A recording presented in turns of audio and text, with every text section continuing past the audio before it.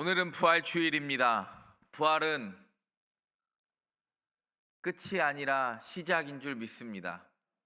사순절 새벽기도 하니까 40일을 하니까 부활일 주일이 마치 끝난 것 같은데 또 다른 시작이 있음을 기억하시기 바랍니다. 시체 보려고 갔던 그 열정이 부활한 주님을 만나게 했습니다. 사람들은 이렇게 이야기합니다. 어떻게 사람이 죽었다가 다시 살 수 있는가? 무엇으로 증명할 수 있느냐면 수많은 종교가 없어지고 생겼다 사라지고 생겼다 사라지기를 반복했습니다. 만약 부활이 가짜였으면 기독교는 지금 존재하지 않았을 겁니다. 2000년 동안 그리고 그 더 먼 시간 동안 우리 기독교가 존재할 수 있었던 이유는 부활이 역사적 사실이고 지금도 살아 움직이는 역사이기 때문인 줄 믿습니다. 부활이 끝이 아니라 또 하나님께서 새로운 창조의 역사를 여는 시작되기를 간절히 바랍니다. 첫 번째 한번 따라해 보겠습니다. 두려움을 기쁨으로 바꾸는 시작. 오늘 안식일이 다 지나고 1절에 보면 안식 후 첫날이 되려는 새벽에 막달라 마리아와 다른 마리아가 무덤을 보려고 갔다, 이렇게 이야기해요. 시체 보려고 갔어요. 그리고 안식일에는 갈 수 없으니까 지금 우리는 주일을 지킵니다. 안식일을 지키는 게 아니죠. 주일은 무슨 날입니까? 부활의 기쁨을 날마다 누리는 게 주일 아닙니까? 안식일에는 갈 수 없어서 새벽같이 일어나서, 안식일 저녁에 잠이나 잤겠습니까? 뭘 보고 싶어서요? 예수님의 시체에 뭐 하려고요? 향품이라도 바르고 싶어 하는 그 막달라 마리아와 또 다른 마리아의 그 열정이 부활하신 주님을 만나게 했습니다. 오늘 본문 보면 그 슬픔과 절망에 빠진 막달라 마리아와 마리아에게 부활의 예수님이 나타나십니다. 두려움을 기쁨으로 날마다 바꾸시는 하나님의 놀라운 역사가 저와 여러분 가운데 있기를 바랍니다. 오늘 본문 2절에 보면 이렇게 이야기해요. 큰 지진이 나며 주의 천사가 하늘로부터 내려와 돌을 굴려대고 그 위에 앉았다. 그 위에 앉았다. 여러분, 지진이 난다라는 건 예수님이 십자가 죽으셨을 때도 지진이 일어났습니다. 그리고 엘리야가 사명을 잃어버리고 두려워했을 때도 바람과 지진 후에 세미한 음성을 통하여 하나님의 개입을 엘리야도 경험했습니다. 오늘 8절에 보면 이렇게 이야기합니다. 그 여자들이 무서움과 큰 기쁨으로 빨리 무덤을 떠나 제자들에게 알리려고 다름질할세. 무서움과 큰 기쁨이 공존합니다. 왜요? 자기의 이야기를요 들어줄 사람이 있어요, 없어요? 없죠? 왜 없냐? 여자의 증언은 원래 효력이 없어요. 2000년 전에 여자들의 증언은 효력이 없었어요. 성경에 두 증인이라고 이야기하는 건 성인 남자 두세 사람이 이야기할 때만 법적 효력이 있었어요. 요세푸스의 유대 전쟁사도 그렇고 미시나와 탈무드에도 보면 여자와 어린아이와 종의 증언은 효력이 없었어요. 너무 기가 막힌 일을 봤는데 내가 이야기해도 가서 믿을 것 같아요, 안 믿을 것 같아요? 너무 안 믿을 것 같잖아요. 너무 황당한 일이잖아요. 내가 보기에도 황당한 일인데 여인인 두 여인의 이 말을 누가 믿어줄까, 이런 생각이 들어요. 그러니까 내 말을 안 믿어줄 것 같은 그 두려움도 있는데 부활하신 예수를 만난 큰 기쁨도 함께 공존합니다. 그때 예수님이요 7절과 10절에 보면 두 번 다 뭐라고 이야기하냐면 어디로 가라고 그래요? 갈릴리로 가라. 갈릴리에 가서 내가 너희를 기다리고 있을 것이다. 여러분, 살다 보면 두려움이 있습니까? 없습니까? 있어요. 근데 예수님이 어디로 가라 그러냐면, 이때 예루살렘에 머물라고 하면 사람들이 얼마나 두렵겠어요. 대제사장들과 서기관들과 바리새인들과 장로들이 끊임없이 공격할 거 아니에요. 이 말을 믿어줄까 안 믿어줄까, 내면에 얼마나 갈등이 많겠어요. 그러니까 너 여기 정리하고 갈릴리로 가서 기다려. 왜? 갈릴리에서 내가 너한테 처음 만났을 때 그곳에 가서 기다려. 갈릴리는 예수님이 세리 마태에게 나타나셨던 곳이고, 베드로와 안드레와 야고보와 요한, 그 어부들에게 내가 사람 낚는 어가 되라고 말씀하셨던 그곳에 가서 내가 다시 너를 회복시킬 거야. 두려움을 떨지 마. 막달라 마리아와 다른 여인도 마찬가지입니다. 두려움에 떨지 마라. 내가 큰 기쁨의 좋은 소식을 너희에게 전할 것이다. 예수님의 탄생에도 그렇게 이야기했고, 지금 두려워 떠는 이 부활의 기쁨을 맛본 사람들에게도 두려움이 다시 기쁨으로 바뀌는 순간이 올 것이다. 여러분, 사순절 끝나니까 좋아요, 안 좋아요? 너무 좋죠? 40일 특별 새벽기도 나오신 분들이나 온라인으로 하신 분들이나, 이야, 40일 동안 잔소리 듣느라고 고생하셨고, 저도 이렇게 부활주일이 기다려진 해가 없었어요. 아유, 이렇게 기다려지더라고. 여러분, 제가 우리 교회 온 지 딱 1년 됐습니다. 오늘 1년이 빨라요, 안 빨라요? 진짜 1년은 너무 빠르게 지나가는 시간 같습니다. 제가 작년 4월 4일 날 이사했고 4월 6일 날 첫 번째 주일 설교했는데 벌써 1년이라는 시간이 이렇게 화살처럼 지나갔습니다. 하나님께서 저에게도 1년 동안 두려움을 기쁨으로 바꾸신 시간이었습니다. 이게 잘할 수 있을까? 저 처음 왔을 때 여기 딱 섰는데 아는 얼굴이 한 명도 없으니까 이분들 이름 언제 다 외우나, 또 내가 이름 못 외워서 상처받으면 어떡하나. 근데 지금은 딱 앉으면 무슨 생각이 드냐면, 오늘 그 인간이 안 왔네. 아니, 아이고.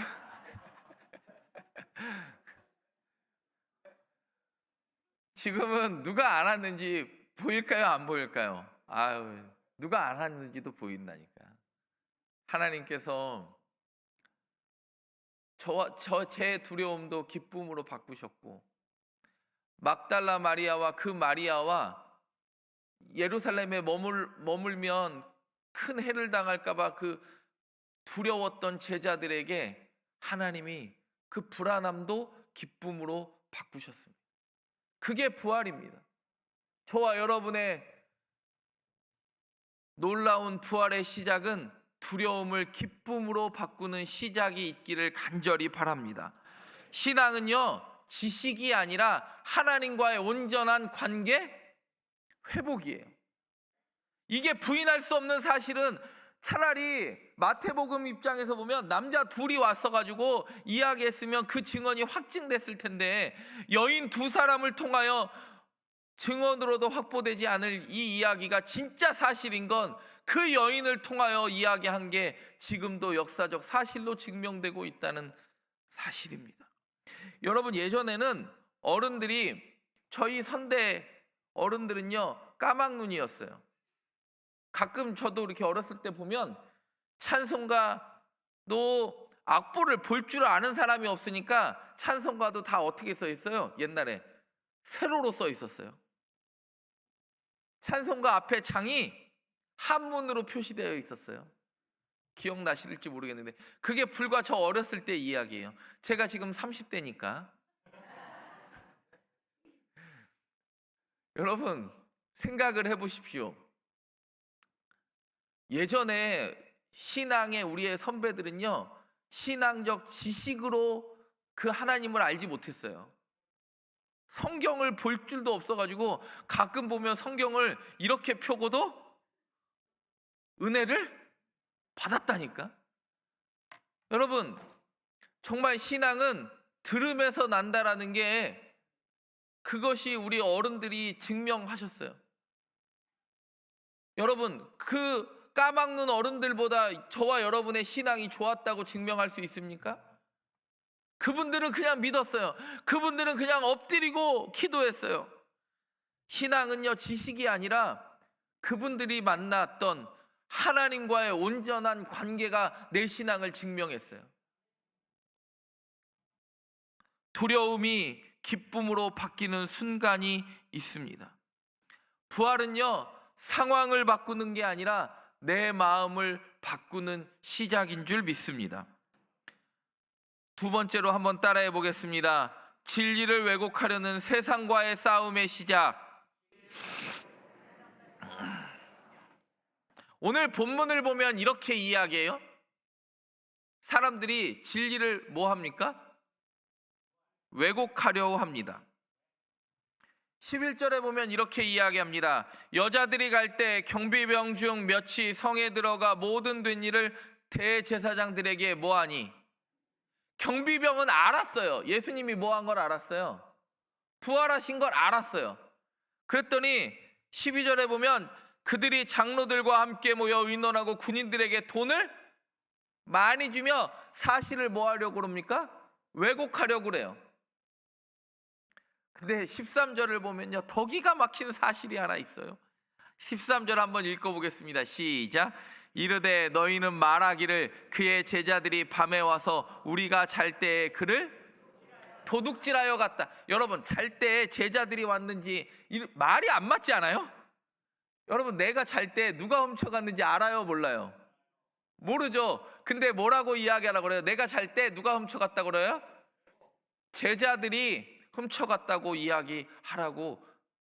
이게 앞뒤말이, 이게 논리적으로 앞뒤말이 안 맞잖아요. 이 말이 자고 있는데 누가 훔쳐갔는지, 어떻게 훔쳐갔는지 어떻게 알아요? 근데 사람들은요, 돈으로 그걸 매수해서 진리를 왜곡하려고 그랬어요. 이 진리의 왜곡은 교회의 시작부터 지금까지 일어났습니다. 그렇지 않습니까?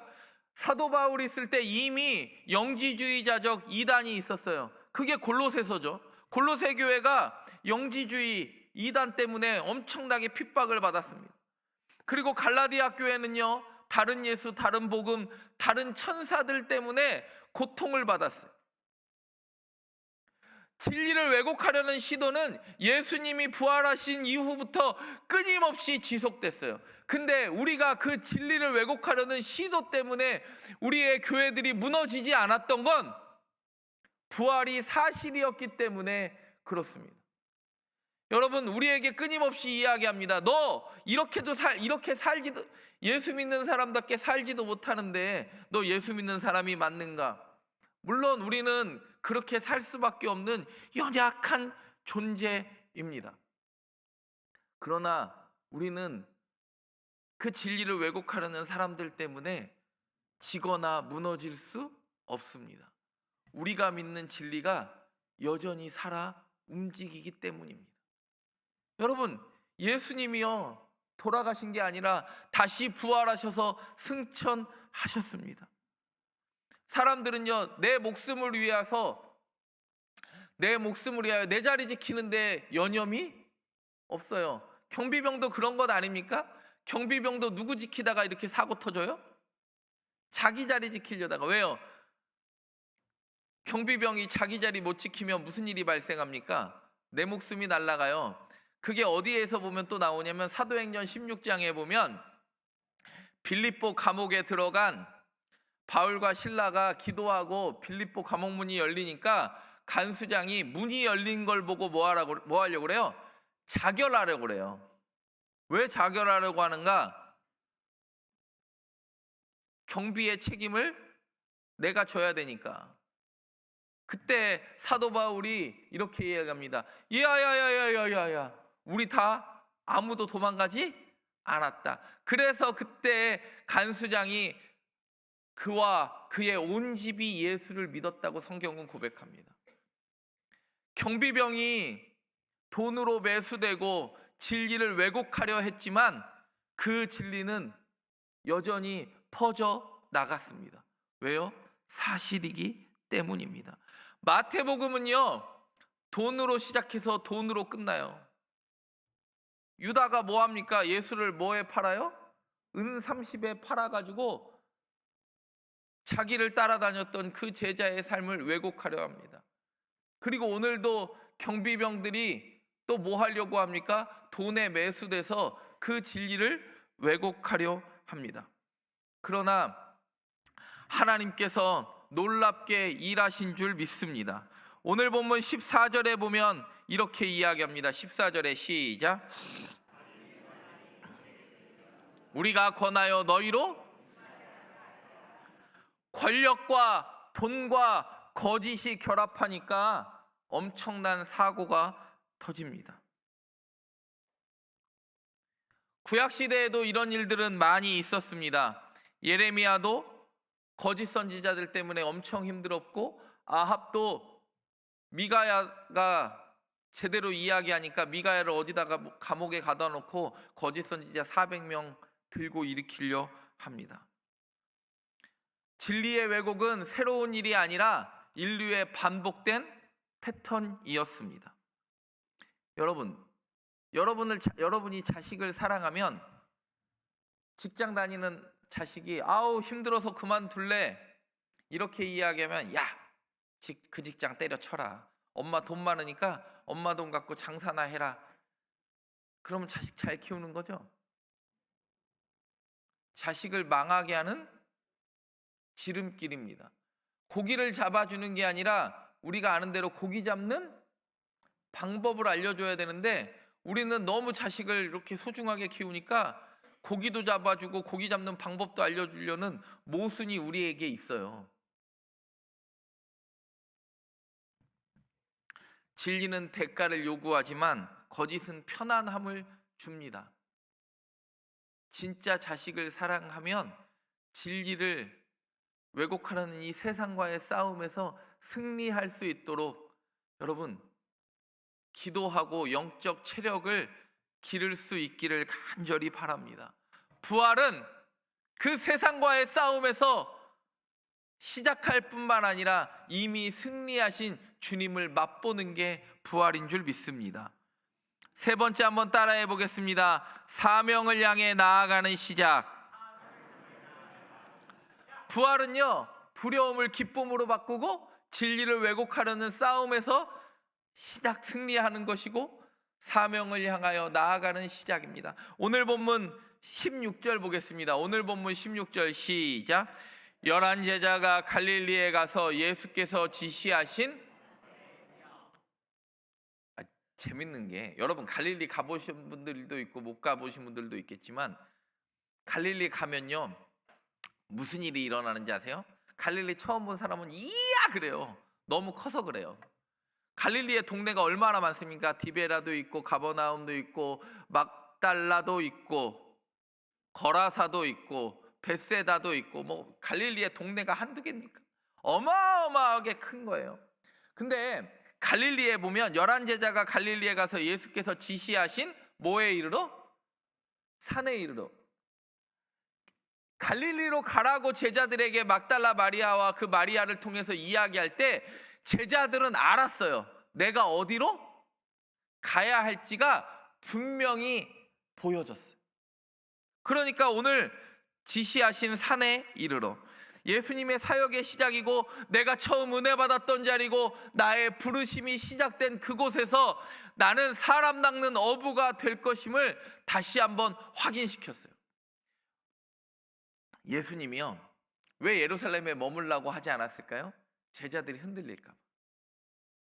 근데 나중에 그 갈릴리 가서 3번 베드로 부인했던 베드로가 다시 사랑을 회복하고 다시 사명이 회복된 그 제자들이요 40일 동안 부활하신 예수님과 동행하면서 하나님의 나라의 말을 듣고, 예수님이 다시 어디에 가서 승천하십니까? 감람산, 예루살렘 감람산에 가서 승천하실 때, 그때 너희는 이 성을 떠나지 말고 능력이 입히올 때까지 여기 머물라 하니까 거기서 열흘 동안 기도하고 성령 받잖아요. 그랬더니 뭐가 됐어요? 6월절 지난 50일이 돼서 오순절 성령 강림 사건이 일어난 거예요. 여러분 기억하십시오. 부활의 시작은요, 부활을 경험한 눈으로 본 사람, 믿음으로 고백한 사람들은요, 사명을 향하여 나아가는 거예요. 여러분 부활절에 우리가 이렇게 인사하죠. 예수님 부활하셨습니다. 그러면 상대방이 뭐라고 이야기합니까? 진실로 부활하셨습니다. 예수님 부활하셨습니다. 진실로 부활하셨습니다. 이게 저와 여러분의 고백되기를 간절히 바랍니다. 사명을 향하여 이제 나아가는 거예요. 우리의 믿음의 고백으로만 그치는 게 아니라 저와 여러분의 사명의 자리가 있습니다. 마태복음은 시작과 끝이 같은 복음서예요. 마태복음 1장 23절에 임마누엘, 하나님이 우리와 함께 계시다. 오늘도 본문 끝에 뭐라 그래요? 내가 세상 끝날까지 너희와 항상 함께 있겠다. 임마누엘이 떠나지 않는다. 여러분 그게 저와 여러분의 가장 큰 은혜 아닙니까? 하나님이 나 떠나지 않는다. 사명을 향하여 나아가는 거예요. 그게 저와 여러분의 고백되기를 간절히 바랍니다. 그리고 제자들을 부를 때 이렇게 이야기했어요. 예수님이 내가 너를 뭐하는 어부되게 하리라? 사람 낚는 어부되게 하리라. 그러니까 마태복음 28장 19절에 뭐라고 그래요? 성령으로 뭐하라고? 세례를 베풀고 진짜 사람 낚는 어부 되게 하셨습니다. 경배하나 아직도 의심하는 사람들이 있어요. 오늘 성경 보면 아직도 의심하는 사람들이 있어요. 근데 그 자리에서 사명을 향하여 나아가는 사람도 있어요. 똑같이 예배를 드리나 예배를 통하여 하나님의 임재, 여전히 나와 함께 하시는 하나님을 경험하는 사람들이 있고, 한 시간을 그냥 소비하며 가는 사람들이 있어요. 여전히 의심하는 사람들. 사명을 향하여 나아가는 사람은요, 능력이 있어서 나아가는 게 아니라 순종으로 가는 거예요. 순종하며 가는 거예요. 여러분, 능력 있어서 사명 감당하는 사람은 아무도 없어요.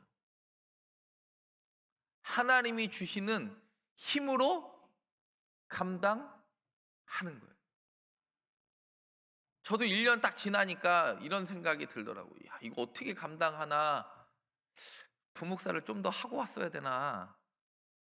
그런 생각이 들 때가 있었을까요? 없었을까요? 아니, 근데 하나님이요, 능력을 주셔서 이 일을 감당하는 게 아니라 하나님이 감당할 만한 때가 돼서 감당케 하시는 능력 부어주심을 내가 고백하며 가는 길이에요. 내가 그 그릇을 넓혀 주시는 거예요. 여러분, 모세가 80세에 부름을 받았어요. 80세 됐으면 나이가 많아가지고 내가 늙고 뭐라 그래요? 나는 입이 뻣뻣하고 말이 둔한 자입니다. 아유, 진짜 모세처럼 말 잘하는 사람이 성경에 나와요, 안 나와요? 안 나와요. 모세 입 딱 열면 신명기 1장부터 34장까지 한 방에 설교하잖아. 근데 모세가요, 가기 싫으니까 핑계를 대요. 그것도 몇 번이나, 3번이나. 근데 갈렙은 85세로 돼. 내가 나이가 많아 늙었지만 여전히 하나님의 사명이 또렷이 보이니까 내 85세의 나이는요, 내 배경에 불과할 뿐이에요. 그냥 가요. 그랬더니 하나님이 그 헤브론 주셔요. 내게 능력 주시면 감당하겠습니다가 아니라 하나님이 감당하면 감당할 만한 능력 주셨기 때문에 저와 여러분이 여기까지 온 줄 믿습니다. 오늘 성경은 분명히 이야기합니다. 사명을 향하여 나아가는 시작이 있다. 저는 장신대 채플 드리면서 몇 명의 이야기가 기억나는데, 예전에 97세가 된 그때 방지일 목사님이 장신대 채플 와서 진짜 그 노구를 이끌고 간신히 그 장신대 체포로 올라가서 이렇게 이야기했던 말이 기억나요. 달아 없어질지언정 녹슬지 않겠다. 여러분, 멈춰 있으면 녹은 습니다. 달아 없어질지언정, 하나님의 사명이 끊어지지 않는 저와 여러분 되기를 간절히 바랍니다. 차라리 달아 없어지는 게 더 낫지 않아요? 오늘 이 부활주일이 기쁜 이유는, 인생의 가장 큰 공포는 어디에서 오는지 아세요? 죽음이 내 문턱에 있을 때 인간은요 가장 큰 공포를 느껴요. 근데 그 공포를 뛰어넘는 건, 내게 사명 주셨으면 하나님이 여전히 나를 붙들고 가심을 고백하는 사람은요 그 죽음의 공포도 이기고 부활의 능력을 경험합니다. 여러분, 부활은 끝이 아니라 시작입니다. 다시 우리에게 주신 사명을 향하여 나아갈 수 있는 저와 여러분 되기를 바랍니다. 여러분의 사명의 자리는 누가 대신 지고 갈 수 있는 것도 아니고, 저와 여러분이 그것이 너무 또렷이 보입니다. 가정도, 그리고 여러분의 일터도, 여러분의 학업 가운데도 하나님의 사명이 날마다 분명히 보여져 알려지는 부활의 시작이 있기를 간절히 바랍니다. 기도하겠습니다. 하나님 아버지, 처음부터 끝까지 우리와 함께 하시는 임마누엘의 하나님이심을 믿습니다. 이제는 머무르지 않게 하시고 사명으로 나아가게 하옵소서. 혼자가 아니라 함께 하시는 주님을 의지하며 두려움을 이기고 복음을 전하게 하옵소서. 우리의 삶이 갈릴리에서 시작하여 땅 끝까지 나아가는 복음의 삶 되게 하옵소서. 예수님의 이름으로 기도드립니다. 아멘.